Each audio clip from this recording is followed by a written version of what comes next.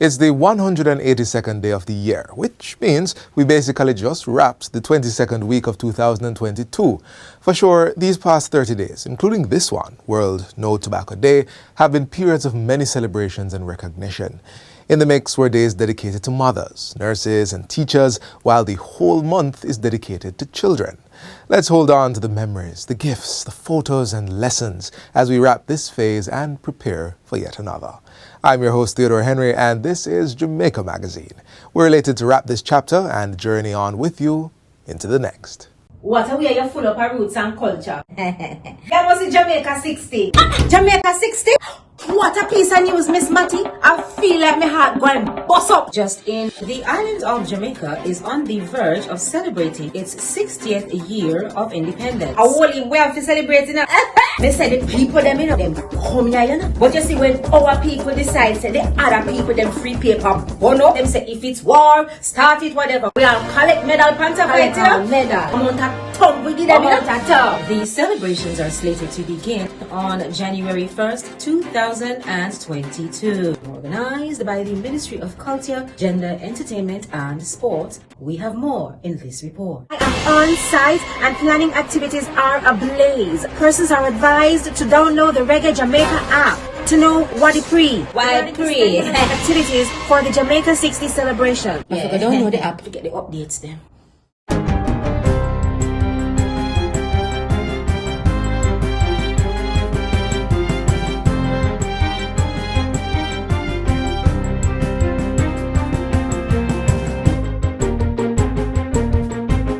Good day, I'm Lorraine Mendez, and this is your JIS News for Tuesday, May 31. Ground will be broken shortly to construct 35 housing units in Denham Town, Kingston. The new development, dubbed Victoria Villa, will be located adjacent to St. Albans Primary School. Prime Minister Andrew Holness says ground will also be broken for a development in Rasta City in short order. The contracts have been issued, have been tendered, and hopefully that process can be completed quickly so we can start the development for Rasta City. And Minister Mackenzie has just told me that he has identified some funds to start the upgrade of Board Villa. So the work continues for West Kingston. Mr. Holness was speaking at a Thanksgiving service for the life of the late former Prime Minister, the Most Honourable Edward Seaga, on Sunday. He says the housing infrastructure and other developments are in keeping with Mr. Seaga's vision for the constituency, for which he was Member of Parliament from 1962 until his retirement from active politics in 2005. Above everything else, what he wanted was a community of peace. He wanted the people of West Kingston to be able to live in peace. Prime Minister Andrew Holness says his administration is making significant strides in ensuring that the Jamaican labour force has adequately skilled workers. Part of that work, according to Mr. Holness, is investment in the transformation of the island's education system to produce competent Jamaicans. The Prime Minister says the restructuring exercise currently in train at the Heart NSTA Trust is also aimed at bringing skilled labour to the market. We have completed the process of finding managing director for Heart, and once we have that in place, then we're going to ramp up our activities to ensure that we can rapidly bring to market the skills aligned to the needs of the private sector. Prime Minister Andrew Holness made the remarks as he opened ITEL BPO's latest complex at Chalmers Avenue in Kingston. The 90,000 square foot complex is a $7 million investment in the BPO sector. ITEL BPO now has 6,000 employees across 3 offices on the island. The Port Authority of Jamaica, PAJ, is reporting that there is no disruption to operations at the Falmouth Port in Trelawney. A mooring dolphin at the pier was damaged last Thursday when Royal Caribbean cruise line vessel Harmony of the Seas came in contact with the extension of the dock. In a statement, the PAJ says its engineering department is currently assessing the damage and that a joint investigation with Royal Caribbean will be done to determine the cause of the incident. Upon receipt of the investigator's report, the authority says it may opt to convene a formal inquiry into the accident. Royal Caribbean says there were no injuries to guests or crew, only minor damage to the cruise vessel, which was repaired the same day. Meanwhile, the PAJ is reassuring the public and all stakeholders that the incident will not result in any disruption to cruise shipping operations or require any adjustments to cruise schedules. $167 million is expected to be saved with the full rollout of the National Identification System NIDS to persons with disabilities and Justices of the Peace JPs. Minister without portfolio in the Office of the Prime Minister, Floyd Green, says issuing the NIDS card to these groups will eliminate the need to print separate cards and replace the need for the identification service of a JP. When we think digital, we are ensuring that we make the lives of Jamaicans easier and more hassle-free. Minister Green says the Jamaica Council for Persons with Disabilities has agreed to using the International Access sign to represent persons with disabilities at the rear of the card. Justice of the Peace will be represented by an identifier also at the rear of the card. Minister Green says government will be partnering with the Jamaica Post to modernize 24 post offices across the island, which will be used as NIDS enrollment sites. Work is expected to start this month on the expansion of the Chambers Pen water supply system. Local Government and Rural Development Minister Desmond McKenzie says the successful bidder is to sign the contract with the Rural Water Supply Limited. Groundbreaking for the project will follow, and completion is estimated for the end of September this year. Through this project, approximately 1,500 residents in 300 households, Madam Speaker, will benefit from water supply from over 52 million gallons of fresh water every day, Madam Speaker. Additionally, 300 service connection to the National Water Commission Great River Treatment Plant will be installed. And we are providing, Madam Speaker, over 400-gallon black tanks to be delivered to each household in Chambers. Cost of the overall project, including works that have already been completed, is $30 million.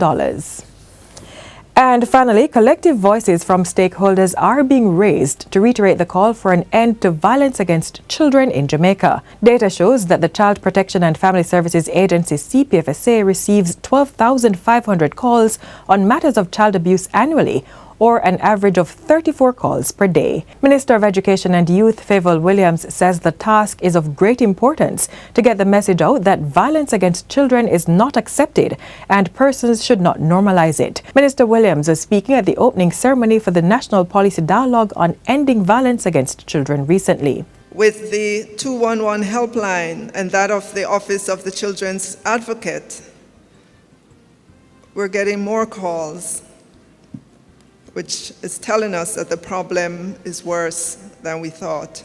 It is our hope that together we can continue to purposely and passionately advance the protection of our children from abuse and allow them to live with rights assured and in dignity. Data from the Jamaica Survey of Living Conditions shows that corporal punishment is the most used method across urban and rural areas, as well as across age groups, genders, and social classes. The data shows, however, that children in the corporate area are more likely to be exposed to corporal or psychologically aggressive methods of punishment than those in rural areas. Meanwhile, the top 3 corporal punishment methods are slapping, beating with an implement, and pinching. Almost 70% of boys and 65% of girls are likely to be slapped. The National Policy Dialogue is Jamaica's premier in-country contribution to the Together to End Violence Solutions Summit series. This was launched in December 2020 by the Global Partnership to End Violence Against Children, to which Jamaica became a signatory in 2016. And that's it for JIS News today. I'm Lorraine Mendez. Thanks for watching.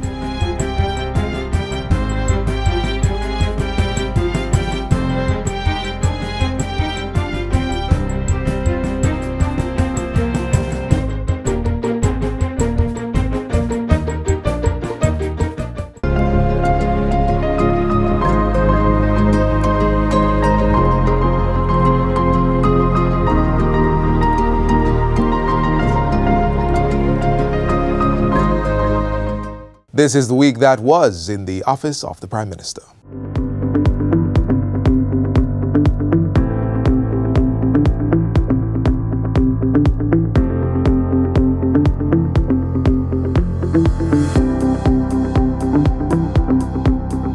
Prime Minister leads 2022 Labor Day activities. welcomed support for Kamina Johnson-Smith's candidacy as Commonwealth Secretary General, and opened $7 million BPO complex in Kingston. You are watching Jamaica House Weekly. I'm Vaughn Davis. The government is actively pursuing ways to increase workers' benefits. For example, we are examining the feasibility of implementing unemployment insurance in Jamaica to assist workers who become unemployed through no fault of their own. Prime Minister Andrew Holness as he delivered his Labor Day message for 2022. In the May 23 message, Mr. Holness said the unemployment insurance scheme would temporarily provide workers with partial income relief while they search for new employment. He also said the support would facilitate the acquisition of new skills to increase and improve their employability in the job market. Labor Day also saw the Prime Minister leading National Labor Day activities at Nelson Mandela Park in Halfway Tree. The park was made crisp and clean with the planting and pruning of trees, painting of walls and fences, fixing of bathroom facilities, and the installation of a ramp to enable wheelchair access. Mr. Holness told those gathered that the government was looking to relocate the park. We're going to do some temporary improvements and repairs, but it won't be substantial. The truth is that we have to be thinking about how we reconfigure this urban space of Halfway Tree. Certainly for the improvement of traffic, the efficiency of movement for pedestrians, and to improve accessibility of business places, and to improve the streetscape, and just to improve the general urban space. And while at Mandela Park, the Prime Minister said the government was examining ways to increase productivity on the island. This, he said, would be pursued even as the state improves compensation for workers. According to Mr. Holness, there needs to be an alignment of productivity and income, given that Jamaica has one of the lowest productivity rates in the Caribbean region. The Prime Minister called on trade unions and labor bargaining groups to work with the state to find ways to increase the output of each worker. We can't grow the GDP unless we increase productivity.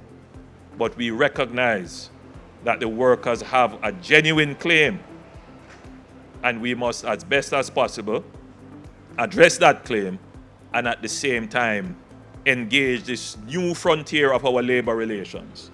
How do we improve productivity? Mr. Holness closed out Labor Day 2022 in his constituency of West Central St. Andrew. We're going to focus mainly on the road network here in terms of the painting of the roads, the signage, and we are going to be putting up a retaining rail on a bridge and replace some drain covers.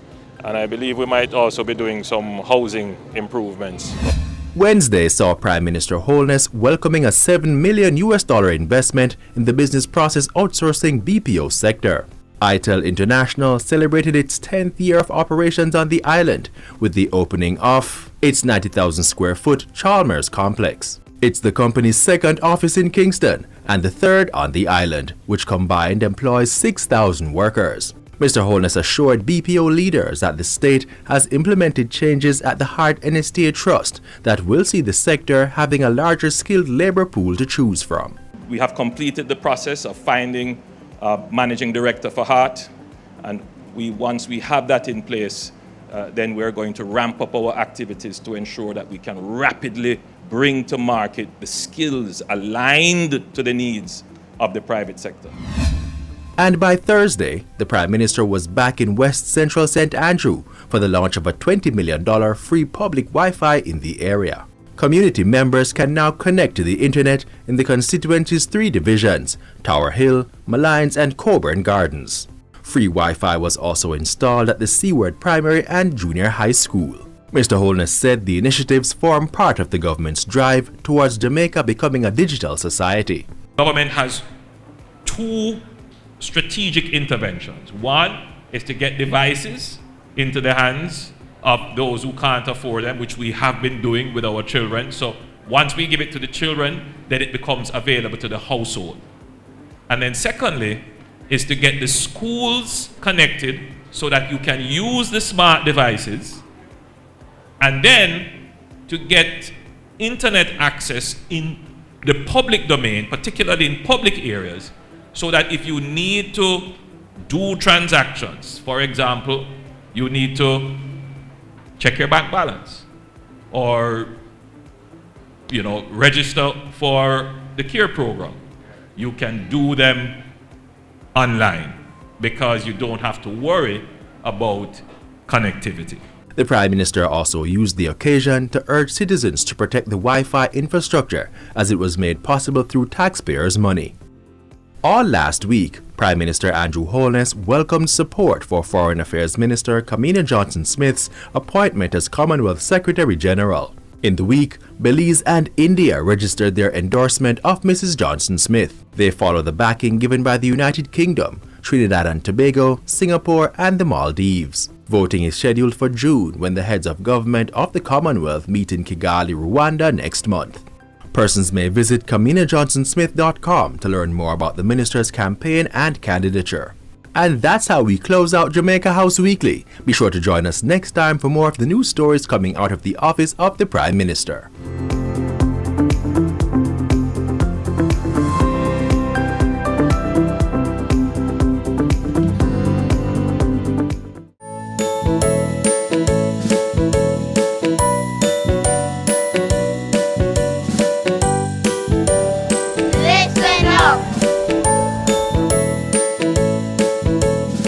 Everyone has the right to freedom of expression, even our children. My voice matters. Every child has a right to speak up. It's not like they can stay quiet forever, and everything they have to say is important. So that's why I think my voice matters. At school and at home, every child's voice should matter. In this school, nobody is more and nobody is less. My teachers, my parents, they know who I am because they understand me and they know what I understand from what I don't. I will encourage the students to do their best. I will say even if they do not get something they want, they might get something even better. When emotions are close to the surface and we contemplate on life, we will all remember the phrase, "A child shall lead them." My voice matters. The Jamaica Social Investment Fund's commitment to breathe new life and hope into individuals and communities continues. This time through the Integrated Community Development Project, which zeroed in on environmental transformation and youth engagement. Here are the highlights.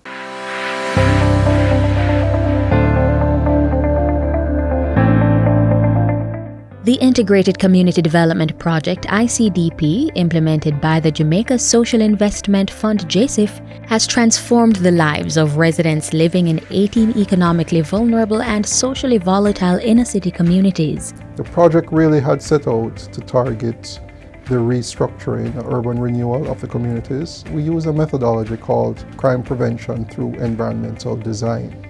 And the idea is that you improve the environment first, and then concurrently engage the youth and the residents and address issues why they are vulnerable and how we can mitigate against it.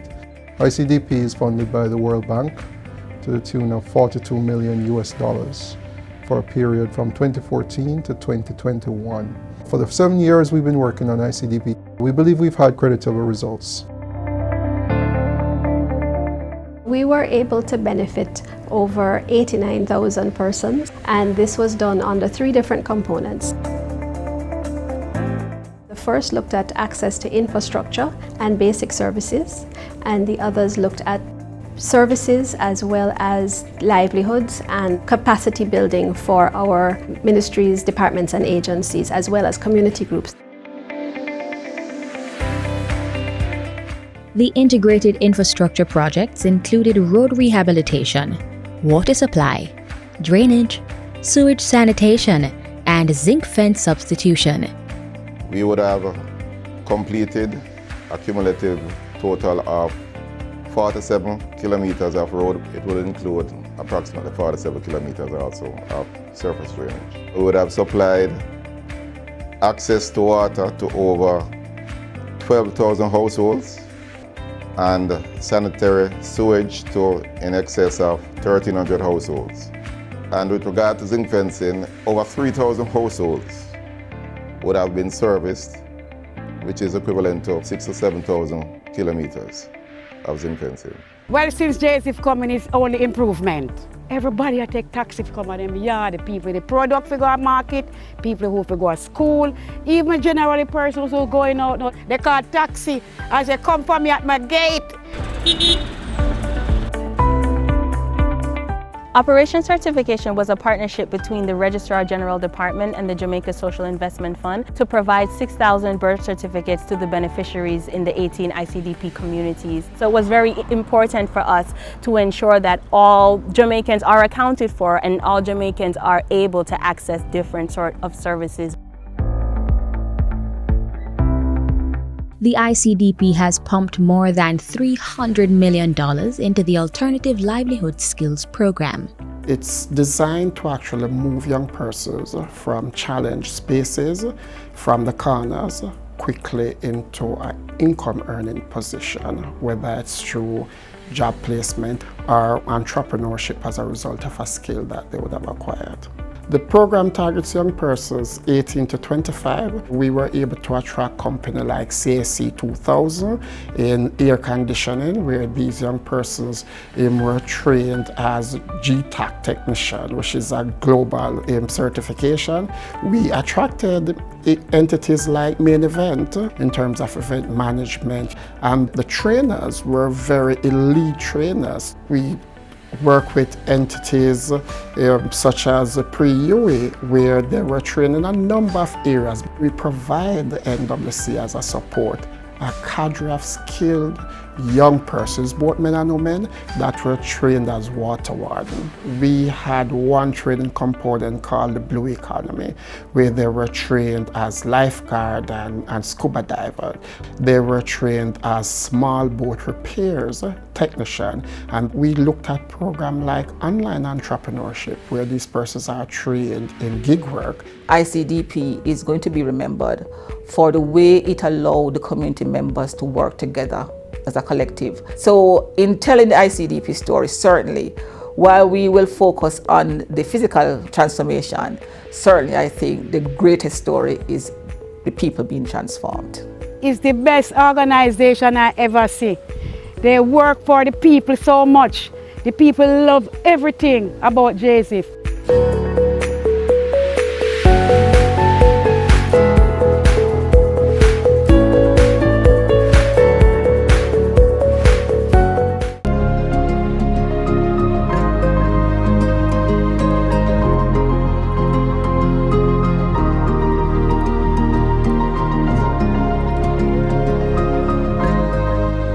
It's the last day of Child Month, but I know our efforts to love, protect, and safeguard their mental and emotional health will continue.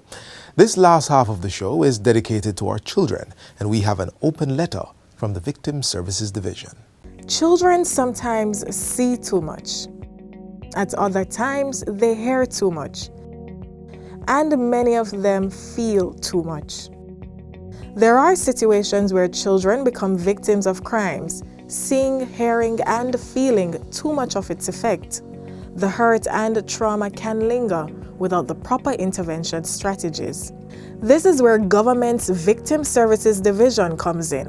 The VSD is having a far-reaching and sweeping impact as it provides help to this vulnerable group.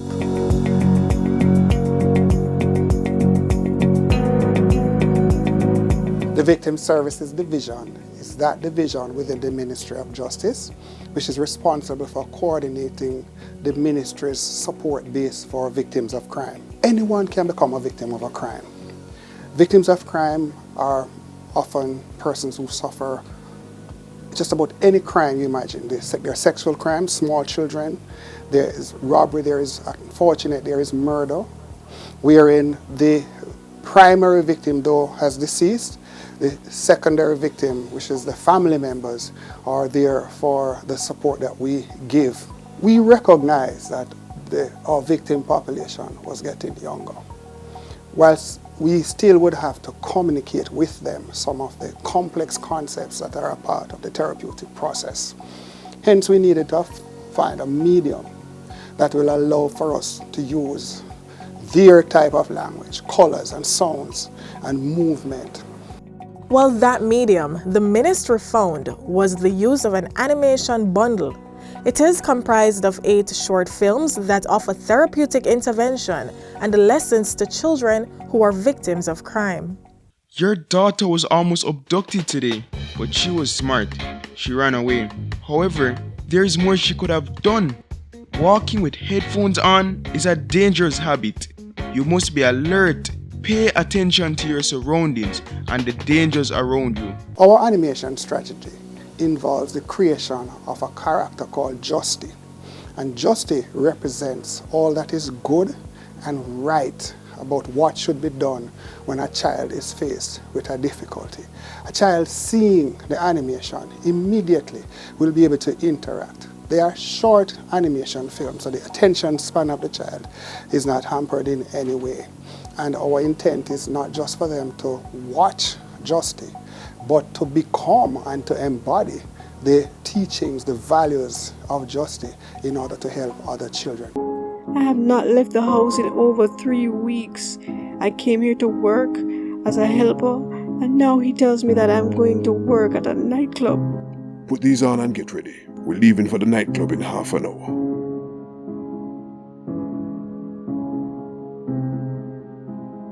Anyone can be trafficked. It does not matter your age, gender, or race.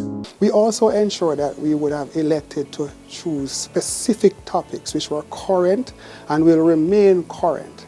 Abduction is a reality. The matter of being bullied is a reality. Human trafficked is another reality, and among others. There are 8 animation films. And these are current, we have seen over time. We have had the opportunity to have children literally vet the animations, and we are very comfortable that they have the content that will reflect concerns that children would want to share with their friends.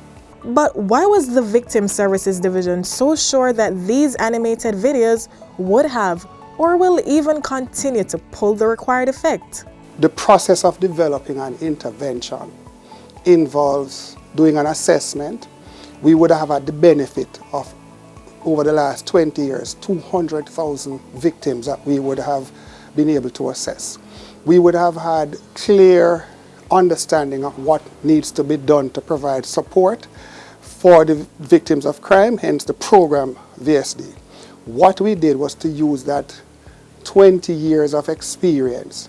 We have a cadre of trained social workers, psychologists, various levels of competencies to work with children. And we have just managed to package this entire expertise into 8 animations. I am absolutely confident that they have what it takes to make a difference. So even in all the challenges, the Victim Services Division is working to provide psychosocial support for victims of crime. The division is committing its unit to the advancement of victim rights, including those of our children. And your role can be as simple as speaking up.